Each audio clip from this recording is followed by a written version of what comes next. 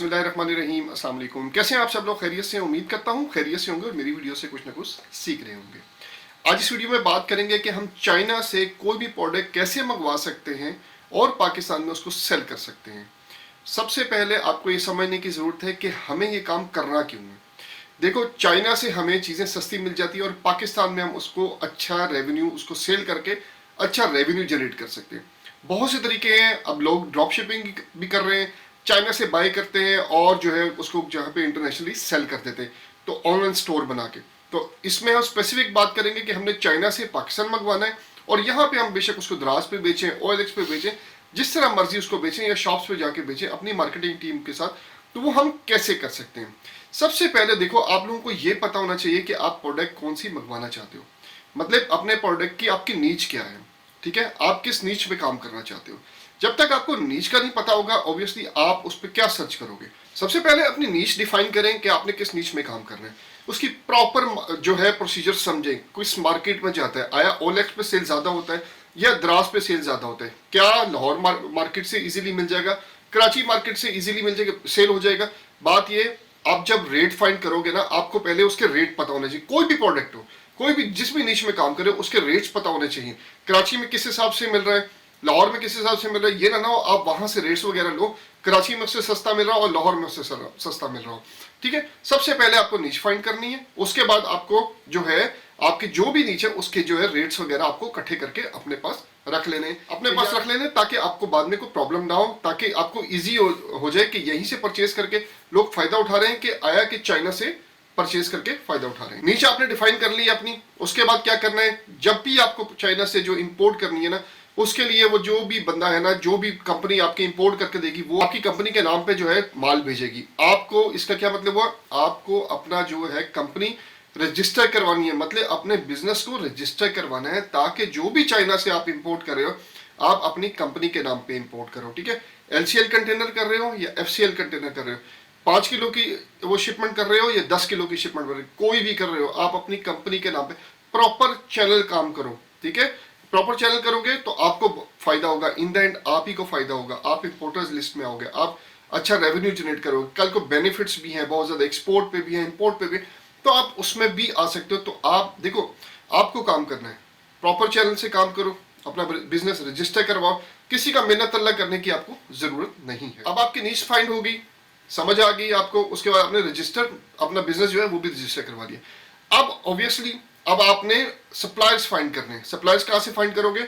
बहुत सी वेबसाइट्स हैं आज अब तो चाइना की जो आपको सर्विसेज देती हैं। जो मेनली जो हम दो को डिस्कस करेंगे, अलीबाबा होगी, मेड इन चाइना होगी और अली एक्सप्रेस, ये तीन जो है मेन है जो बहुत ज्यादा जो है आप लोगों को सर्विसेज दे। अलीबाबा की बात करें, जो अगर आपने LCL या FCL कंटेनर पे काम करना है तो अलीबाबा बेस्ट ऑप्शन है। बहुत से जो सप्लायर्स हैं, मैन्युफैक्चरर्स हैं, एजेंट्स हैं, कमीशन एजेंट्स हैं, वो आपको अलीबाबा पे मिलेंगे। तो आपने प्रॉपर जो है अलीबाबा को सर्च आउट करना है, अपनी प्रोडक्ट को देखना है। मैंने अलीबाबा पे वीडियो बनाई हुई है कैसे हम लोगों ने अलीबाबा से परचेजिंग करनी है, तो वह वीडियो जाके देख सकते हैं, वहां से आपको काफी हेल्पफुल होगी आपके लिए। तो आपने अलीबाबा से जो है अलीबाबा पे बायर फाइंड करना है।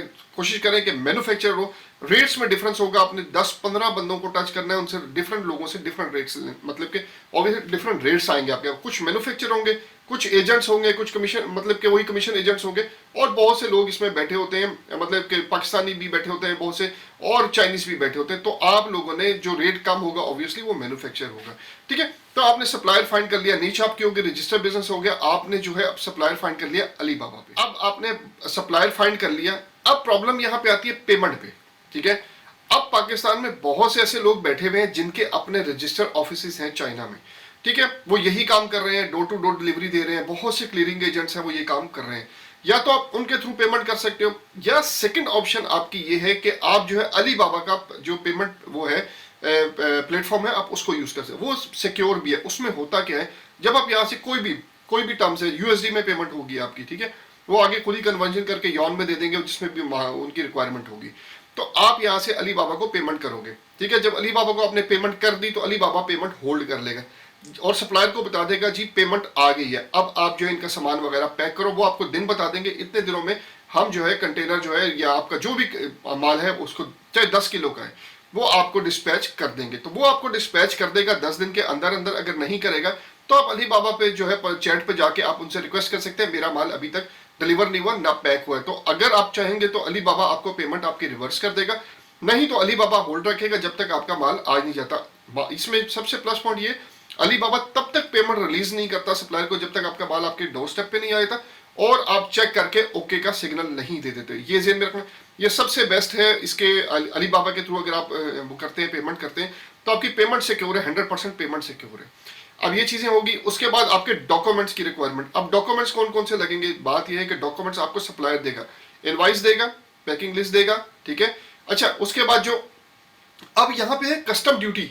अब आपको कस्टम ड्यूटी कौन बताएगा, बहुत से लोगों के क्वेश्चंस आ रहे होते हैं, ग्रुप में भी होते हैं, सर इस चीज की कस्टम ड्यूटी क्या है, इस चीज की कस्टम ड्यूटी क्या है। ये आपको जो कस्टम ड्यूटी है ना, वो क्लियर करता है कस्टम क्लियरिंग एजेंट। जो आप हायर कर रहे हो ना अपनी प्रोडक्ट, जब आप कंटेनर मंगवा रहे हो या एलसीएल कोई भी शिपमेंट मंगवा रहे हो, तो आप एक बंदा हायर करोगे जो क्लियर करवा के देगा आपको, ठीक है। जब वो क्लियर करवा के देगा तो वो आपको बताएगा जी आपकी प्रोडक्ट पे इतनी ड्यूटी लगेगी। अब हजारों लाखों प्रोडक्ट्स हैं, ठीक है, जो आती हैं। अब एक एक प्रोडक्ट हो, अब कोई भी याद नहीं रख सकता, हाँ, तो वो आप जो भी प्रोडक्ट है आप क्लियरिंग एजेंट से आप पूछेंगे कि भाई ये मैं प्रोडक्ट मंगवा रहा हूँ, इतनी इतनी क्वांटिटी है इसकी, वो आपको ड्यूटी उसकी बता देगा, इतनी ड्यूटी पड़ेगी, इतने में वो क्लियरेंस चार्ज अपने लेगा, तो वो आपको एग्जैक्ट ड्यूटी बता देगा, ठीक है। तो वो आपने उसी से कांटेक्ट करना है। फ्रेट के लिए भी आपने अगर एक्सपोर्ट करनी है तब भी आपने क्लियरिंग एजेंट से ही कांटेक्ट करना है, अगर आपने इंपोर्ट करनी है तब भी आपने क्लियरिंग एजेंट से ही कांटेक्ट करना है। शिपिंग कॉस्ट की बात कर रहे थे, तो शिपिंग कॉस्ट वेरी करती है। देखो, अब आपने शिपिंग कैसे करवानी है वहां चाइना से, या तो आप बाय सी कराओगे या आप बाय एयर कराओगे। बाय एयर में क्या होगा, कॉस्ट ज्यादा पड़ जाती है, बाय एयर से लोग अवॉइड करते हैं। हाँ, यहाँ पे किसी बायर की नीड है, बहुत ज्यादा नीड है कि नहीं मुझे ये प्रोडक्ट चाहिए ही चाहिए, फिर आप उसको रेट दे दोगे कि बाय एयर में इतनी कॉस्टिंग पड़ रही है, तो अगर आपको समझ आती है तो हम बाय एयर मंगवा देते हैं। अगर बाय एयर वो एग्री करता है तो आप बाय एयर उसको मंगवा दोगे, अदरवाइज आप बाय सी पे जाओगे। सी पे जो फ्रेट आजकल जो मतलब रफली मैं आपको बता रहा हूँ, $3 पड़ रहा है पर 1000, मतलब पर केजी पे, अगर 1000 केजी से आपकी शिपमेंट ऊपर है, ठीक है। ये रफली है, ये ना पक्का समझ लीजिए कि भाई इतना ही पड़ रहा है, $3 पर केजी अगर आपकी शिपमेंट 1000 केजी से ऊपर की है, ठीक है। अच्छा, अब जो बाय सी का कार्गो है, अगर तो पूरा कंटेनर है, अगर तो FCL कंटेनर है, तो उसको 40 डेज लग जाते हैं पाकिस्तान पहुंचते पहुंचते, मतलब 21 to 24 डेज में वो पाकिस्तान पहुंचते हैं, कराची की पोर्ट पे लगता है, और 10 दिन 8 से 12 दिन या 10 दिन जो है वो क्लीयरेंस में लगा देता है, मतलब कि आपके 40 डेज आपके कहीं नहीं के। अगर आप LCL मतलब छोटे छोटे 50 केजी, 100 केजी, 200 केजी की आपकी कोई शिपमेंट है, वो आपकी 50 डेज लग जाते हैं। क्यों? उसमें ये है कि वहां से आएगी, 40 दिन उसको क्लियर होने में लगेगा, फिर वेयर हाउस में आएगी, कराची वेयर हाउस में, उसके बाद जो भी आप जिसके भी थ्रू मंगवा रहे वो आपको फिर उसको डिस्पैच करेगा 2-3 दिन उसमें। देखिए 40 to 50 डेज उसमें आप जेन में रखें अगर आपका छोटा कार्गो है, ठीक है। अच्छा, अब ये प्रोडक्ट आपने मंगवा ली, सारी आपकी जो भी प्रोडक्ट थी, जितनी स्टार्ट में आपने ज्यादा प्रोडक्ट नहीं मंगवानी, ठीक है। आपने कम से कम जो है आपने सैंपल चेक करने के लिए, मतलब आप देखना चाहते हैं कि मार्केट में क्या डिमांड है, आप थोड़ी प्रोडक्ट मंगवाएं, मतलब 100 केजी मंगवा लें, 200 केजी मंगवा लें आप, तब उसके बाद आप उसको जैसे भी सेल करना चाहते हैं, जो आपके पास आइडिया, जो आप दिमाग में लेके चल रहे हैं कि जी मैंने इस तरह काम करना है, ये प्रोडक्ट मंगवाऊंगा तो मैंने इस तरह करना है, ये इस तरह करूंगा तो इस तरह करना है, तो आप उसी तरह छोटे लेवल पे शुरू करें।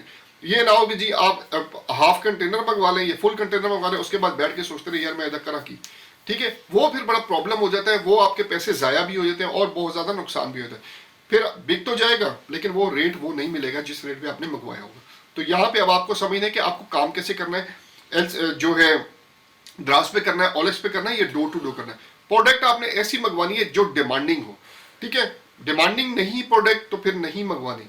बहुत ज्यादा जिस तरह वॉचेस चल रही थी, ये जो बच्चों की वॉचेस बहुत ज्यादा इन हुई थी, उसके बाद गैजेट्स जो है किचन गैजेट्स, किचन हैक्स वगैरह बहुत से लोगों ने यहाँ पे मंगवाया। अब तो यहाँ पे मैन्युफैक्चर होना शुरू हो गए, लेकिन पहले इन्होंने बहुत ज्यादा मंगवाया और यहाँ पे बहुत ज्यादा लोगों ने, अभी भी मोबाइल कवर्स आते हैं, चार्जर्स आते हैं, बहुत सी चीजें आती हैं, ठीक है। आपने देखनी है मार्केट की डिमांड क्या है, मार्केट की डिमांड को समझते हुए ना आपने उस नीच को, उसी नीच को आपने जो है अपनी रखना है जो मार्केट की डिमांड है।